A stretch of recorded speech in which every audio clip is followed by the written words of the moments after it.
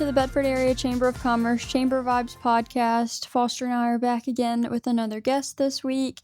We are just going to talk about a couple things that we have coming up before we get to the interview. So the first thing is next week's networking event.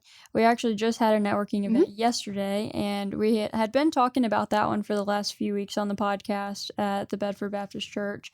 And we said everything that we said on the podcast happened. The ham biscuit, the big fruit bowl.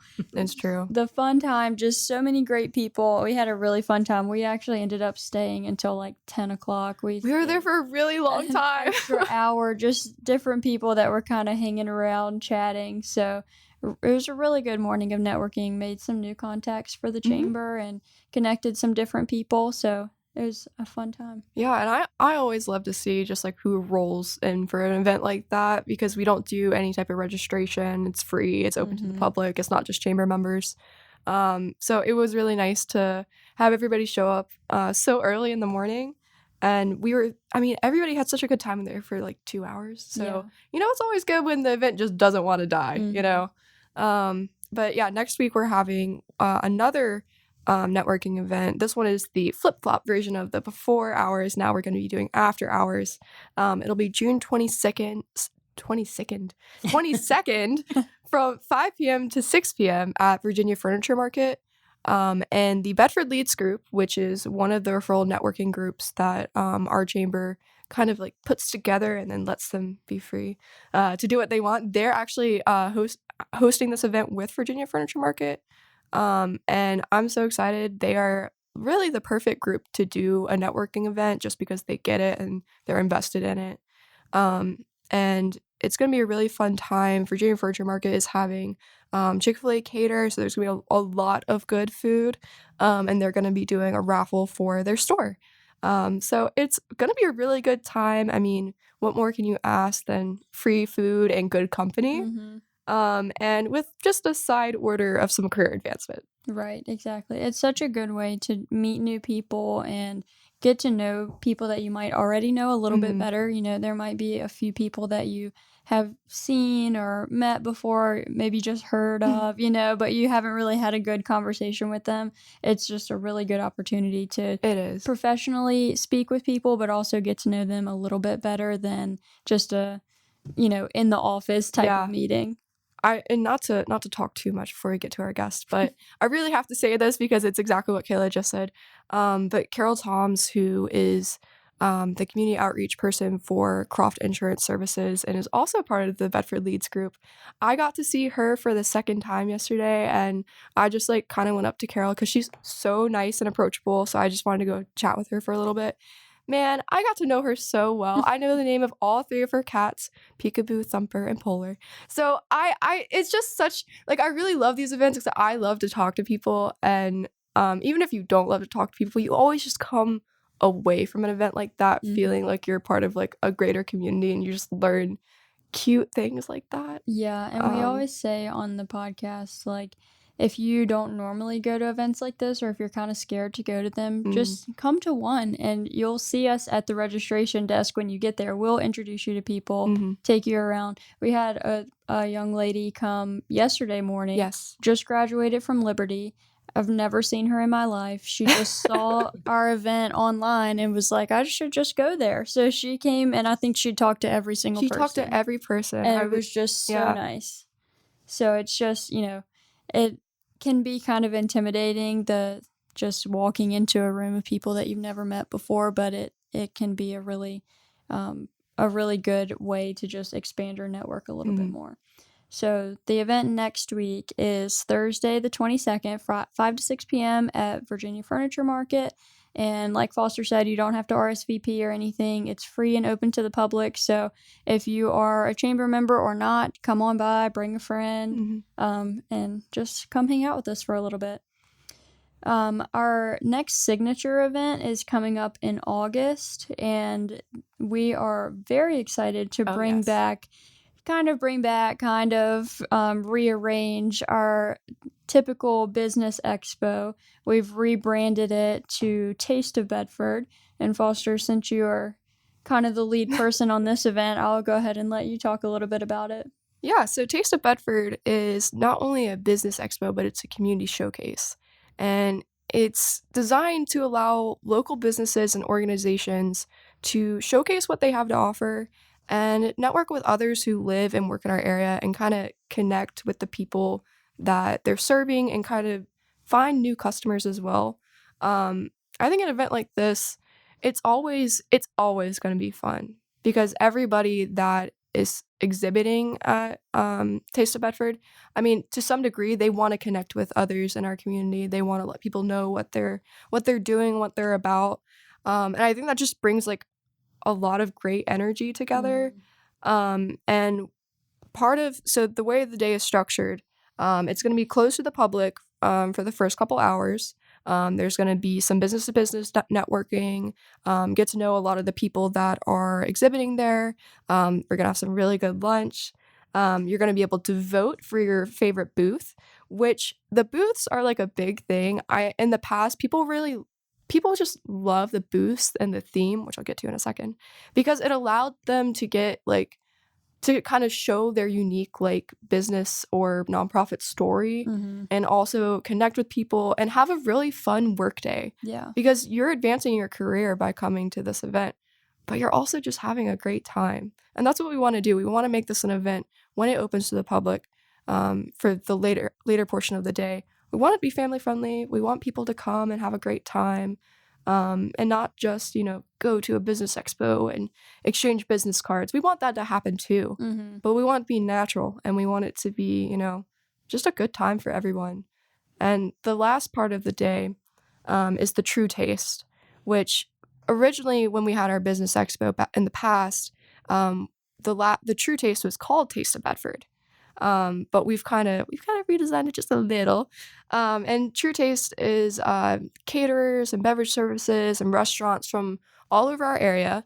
They come and they give away free samples to the public. And people can vote for what they think is the best. And then at the end of the event, of course, everybody will get their awards for the booths, for the food. The booth theme, by the way, is family reunion. So I'm so excited because this will be like a big family reunion for all of us coming back to the business expo and all the new people and just have a great melding of everyone. But also I feel like it's an important question to ask, what does family mean to your business or your organization? Because everybody has a different idea of what family is. And also family is a part of every single company. So I think it's just going to be really cool. I think it'll be really unique. As you can tell, I'm really excited about this event. Yeah, I think it's going to be a fun event. We just opened registration for it. So if you and your business are interested in registering, go ahead and do that. It's bedfordareachamber.com. We also are offering a special discount this month, the month of June. Any business who joins the chamber this month will be able to get a special discount on the Taste of Bedford registration. So if you know of any businesses that are looking to join the chamber, this is a really good time because you get an extra little perk. So that registration is open now on the website, and it has all the information on the Taste of Bedford page. If you just go to news and events at the top of our website, you'll see Taste of Bedford up there. The best way to keep up with all of our events, networking, ribbon cuttings, anything like that, is by going to our website. Ribbon cuttings especially tend to pop up a little bit quicker than other events. So if you are looking for some different events and things to get involved in, definitely check out our events calendar on our website. So now I'll turn it over to Foster to introduce our guest for the morning. Yes, we have a special guest with us today, somebody that we know pretty well, whose business we adore. Thank you, Amanda Stanley with the Artisan Leader, for joining us this morning. Hey, thanks for having me. This is Yeah. fun. I know. We've already had a good conversation just sitting here before. But before we kind of get started with the main portion, can you just tell us a little bit about your background and about your business? Sure. Yeah, I like to tell people I'm a Bedford native, sort of. I was an Air Force brat and born in Omaha and lived in Nevada for a little bit. And we moved back here when I was in second grade. And I've learned if you started your life in Bedford before sixth grade and your parents are from here, they claim you. So I have lived here since I was a little bitty girl. I went away to school and came back. And when I was in school, I studied sociology and art because they were the things that were fun to me. You guys have said the word fun, I think 19 times this morning already. And my parents were very gracious in not putting any pressure on trying to study something that would guarantee you a job. So I studied two things that probably would not guarantee me a job. Sociology is the study of how we live together in community, right? And art, the study of, in many ways, beauty and design and how we put this world together in a way that is good to be in. And I started my career doing really traditional social work here in Bedford. Oh, wow. Helping kids who had mental health issues find the treatment and the care that they needed, and helping their families ultimately be the ones who could provide that care to them in a family, right? Because that's where kids deserve to be. So most of my early career was a way for me to practice taking care of people, facilitating conversations that would help them thrive.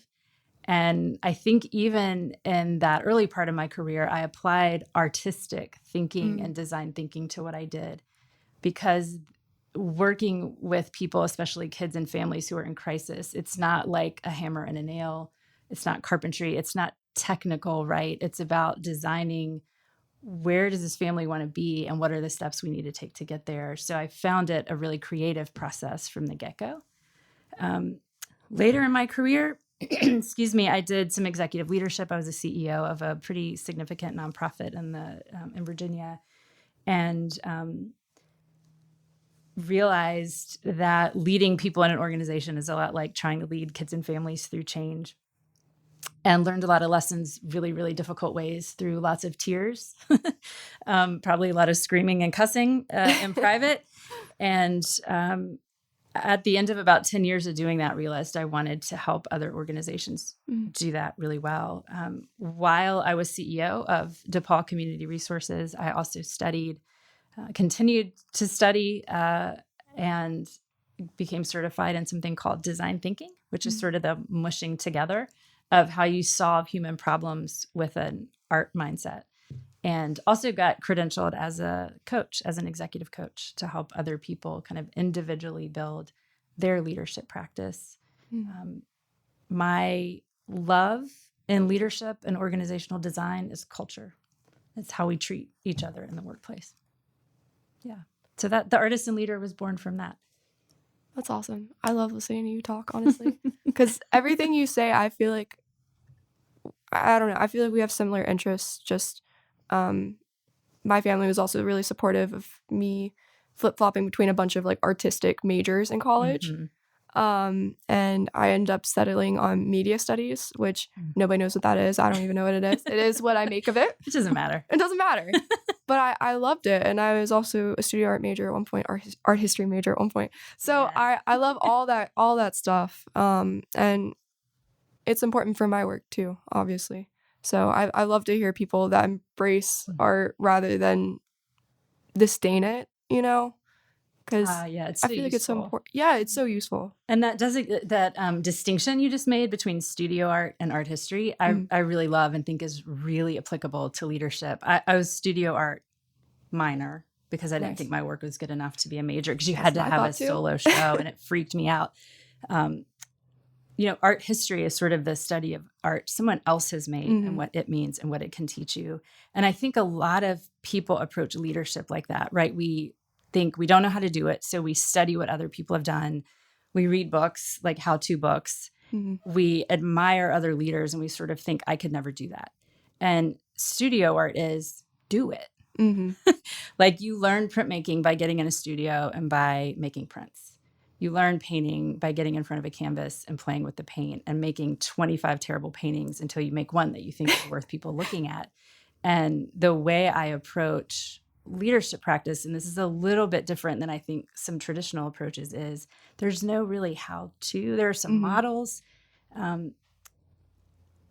We tend to just send people to workshops, tell people to read a book. That's great. And then you get in a real room with real people who bring their whole selves to work, like even the crappy parts, and what do you do? You can't like pull out a book. There's no book for that. You have to make it. You have to make that meeting work. You have to make something new with people. So I do compare leadership. I make that same distinction. So I love that you pulled that in. Yeah. So can you tell me just a little bit, we've already talked about, your kind of mindset and your background and how you've gotten to this place with leadership. But can you give me just a brief overview of the Artisan Leader and, what distinguishes it? What do you think the most important parts of it are? The Artisan Leader helps organizations and the leaders in it design tomorrow with care. That's the one sentence. And the three important words there are design and tomorrow and care. Right? Leadership is about moving forward and doing so intentionally and doing so in a way that recognizes you're leading people. Mm-hmm. Everything you do is about people. Money is about people. Strategy is about people. And to the degree you can learn to care for the people that go with you, the more of them will go and the more you will go together in a unified fashion as an organization. The way I do that, what that looks like on a day-to-day basis is consulting, coaching, and teaching. Mm-hmm. My consulting work, I do some traditional stuff like strategic planning. I also serve in some organizations as kind of a fractional chief culture officer, meaning I embed myself in the executive leadership team. I get really all up in their business and I figure out what is not working and I help them start to shift and kind of turn the boat around where they need to turn the boat around. My coaching work is primarily one-on-one with executives who are having some challenges in their company and they just can't figure out how to solve them. And I have a real passion for executives, for CEOs. It's a position nobody feels sorry for ever. It's like you make the big bucks, figure it out. Nobody cares if you're struggling. So they really don't have a place to safely struggle, to say stuff out loud, because there's so much of that you can't say to your staff. There's issues that you can't brainstorm out loud with your board or your staff because it's confidential or you don't want to look like you don't know what you're doing, right? So coaching is this space where you can out loud feel like, oh my God, I don't know what I'm doing, and you can sort it out. So I love that. It's a much more intimate service I provide. And my teaching work is really keynotes, conference workshops, online workshops that I do to really help give people that nugget of a model, right, that can help them sort through an issue. Like I do workshops in how to have crucial conversations, clearing the air with people. It's not something we know how to do or are very practiced at. So yeah, coaching, consulting, teaching.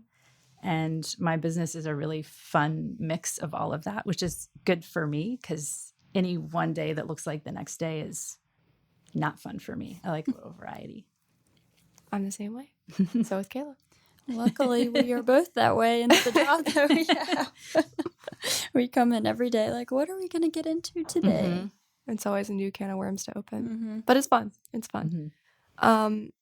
So I've seen you go to like Richmond and all of these like places across like a very wide geographic area. Do you typically service people within, the Bedford area, or can your clients be anywhere? My clients can be anywhere.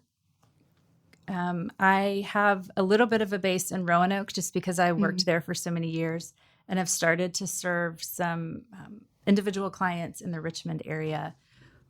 I do have clients here in Bedford. It's really fun to have coaching clients and business customers in Bedford. Actually just starting a strategic planning process with an organization locally. And it's so fun because I can just pop in or stop by their office and talk to their employees, which is very different than working with somebody in Richmond. So I've also served clients in other states. Coaching, it's a totally remote kind of relationship, which has some limitations. But yeah, I'm not super limited geographically, but my love is when I can be as in person as possible. Yeah. So Bedford people, yeah, call me. Literally. Fun. Yeah.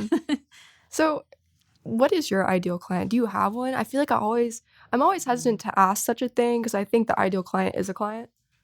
But sometimes people have particular, specifications and things that they love to tackle for others, or that they enjoy, just like a specific mission?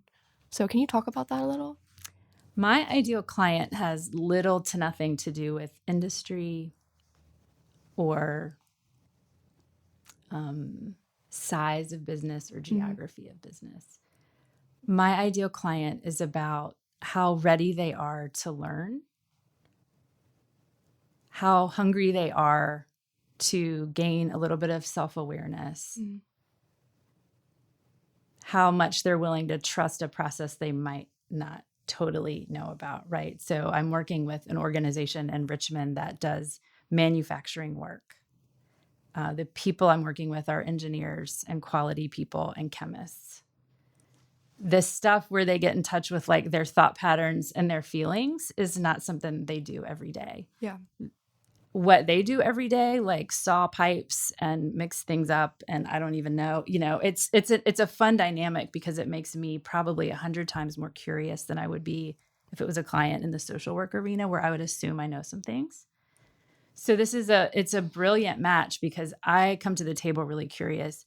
They come to the table really intrigued and curious, like, oh my God, she's making me talk about my feelings. What is going on?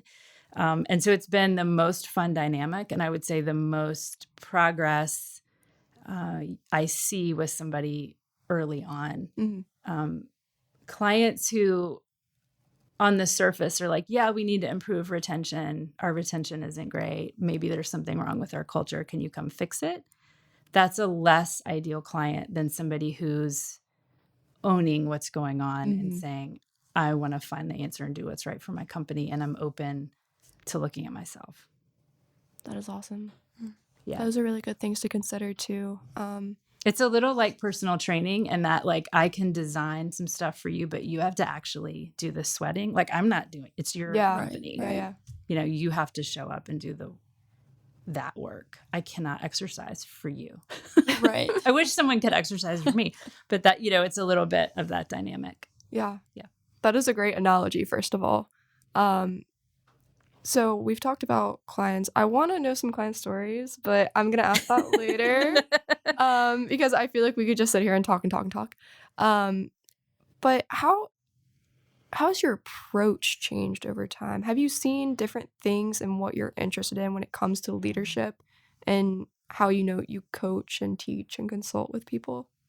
It's a really funny, I was actually walking around Bedford, I don't even know when it was, and I had this memory of when I went to the University of Richmond for undergraduate school, and they were the first school, I think, in the country that had a curricular leadership program, meaning you could major in leadership studies. Interesting. And I thought it was such BS. When I was there, I was like, what is this? What, are you serious? People are studying leadership? That just feels like such a cop-out, right?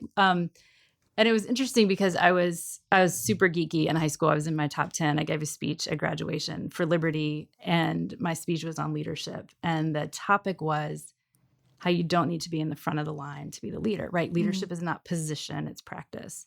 And I think kids sort of intuitively know that. Like if you've ever played on a sports team, there's a kid on the team that can rally everybody way better than the coach, right? It's not about formal authority. It's about who has influence.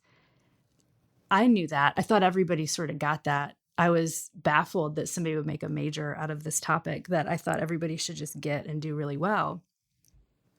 Then I got into the workplace and I was like, holy moly, there's some really terrible bosses out there. And I started building this mental list of how I didn't want to lead whenever I was in a position to lead. And so I started realizing pretty early on, you do have to like learn some stuff here. You have to have some self-awareness. You have to maybe learn some models and then start applying them in your practice. You have to reflect on what you do that works and doesn't work. It makes sense now that they had. So I have really shifted. It's funny that I'm in a role now that I teach leadership because I don't want to say how many years ago I thought that was just bananas that somebody would study. How can you study that? Yeah. Right? Well, you can. Yeah. It's legit. And it's needed. It's critical. Yeah. Yeah. Well, that's awesome. I think it's cool that you've been interested in leadership for so long, even in a passive way. Mm-hmm. So, what are some things you talked about, design thinking, workplace culture? What would you consider, the crux of what you focus on in your work? I focus on helping people build a practice personally and in their workplace that helps them line up what they want to get with what they're doing right now.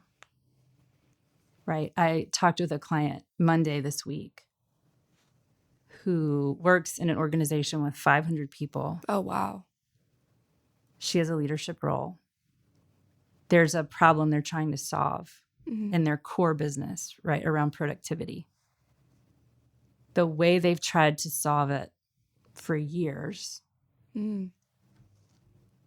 through people, right, because every problem is a people problem, everyone, is a certain way of interacting with their employees, which has been fairly punitive. And I would say maybe even a little bit paternalistic. Like, we know, Gotcha. you don't know. It has not worked, not for 1 minute.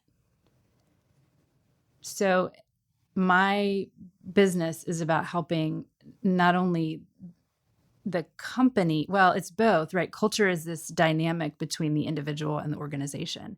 Everything everybody does in that business either helps strengthen or weaken the culture, and the culture there shapes how people interact with their work.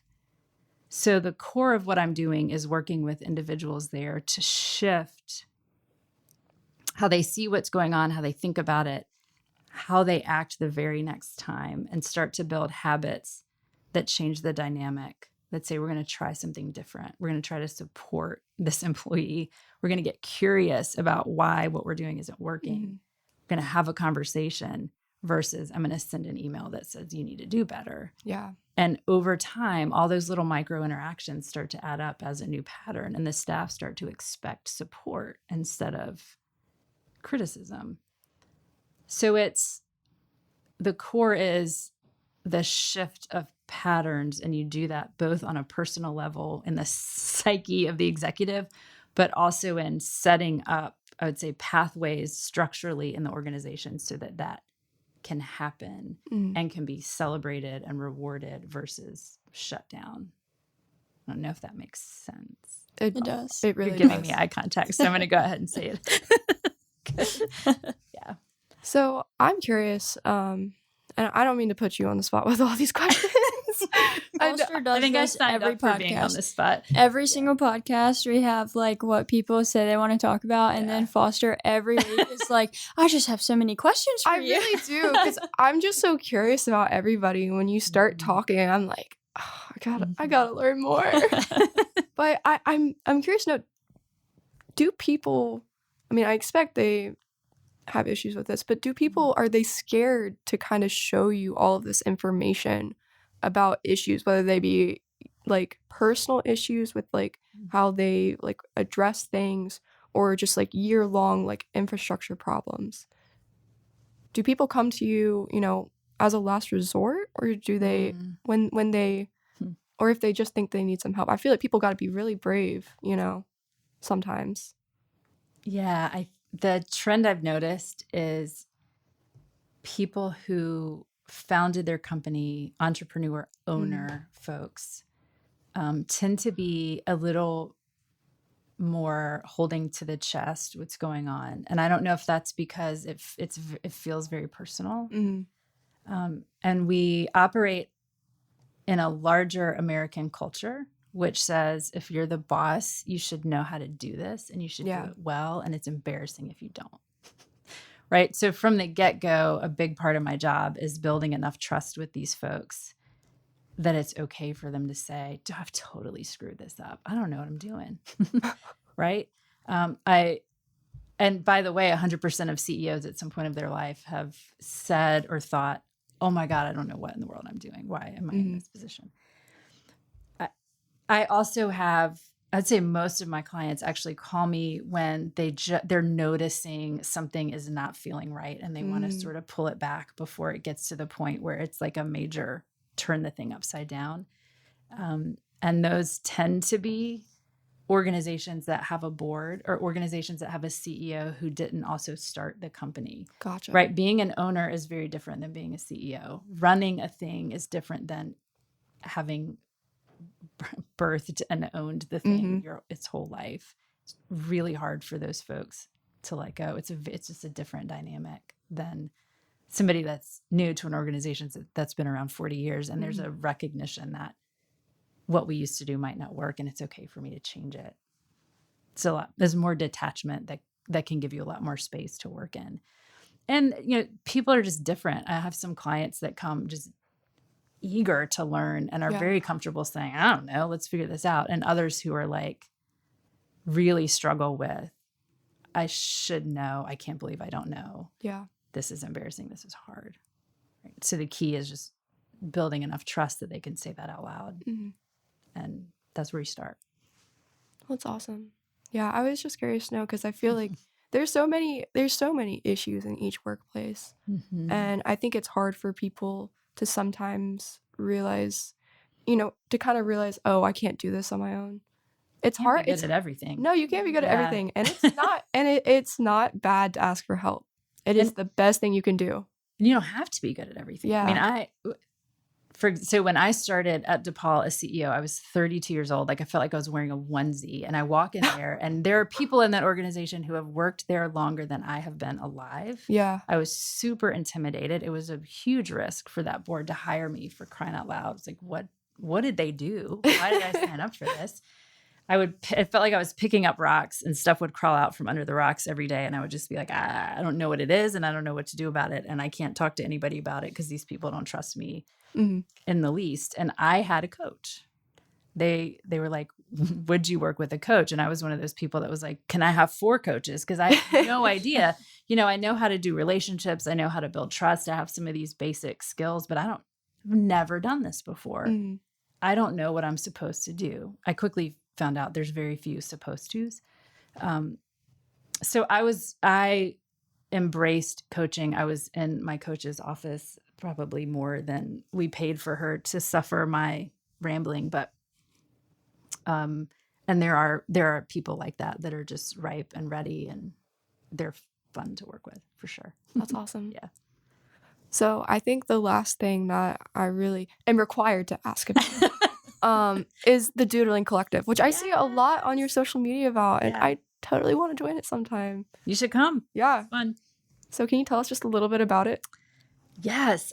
This was born, I was actually doing a podcast with a friend who has a nonprofit in Northern Virginia. It was being interviewed by her, and we were talking about the practice of doodling and how, like, the mental benefits that it has for you both in the moment, right? When you're doodling, your brain is on the hook enough to be doing something, but it's not focused enough that your mind can't wander. And there's incredible benefits for that right in the moment to keep you very present. There's also long-term benefits around focus and memory and that sort of thing. And we both do this. We both have daily practices of writing or doodling to help us do this. And we were like, we should do it together sometime. And then she said, we should invite people to doodle with us. And so this idea of the Doodling Collective was born. So once a month, the 4th Friday of every month, I have an hour-long doodling collective. Random people. I've had people from Canada, Boston, California, and then Bedford show up on a Zoom for an hour. I give them some time to just free doodle to get to shift their mindset. It's sort of like the warm up to get you out of what you were doing and into that. And then usually a more specific prompt around a theme of some kind. Like this month, it's going to be abundance. And I give them 20 to 30 minutes to just doodle. So we're all just quietly drawing.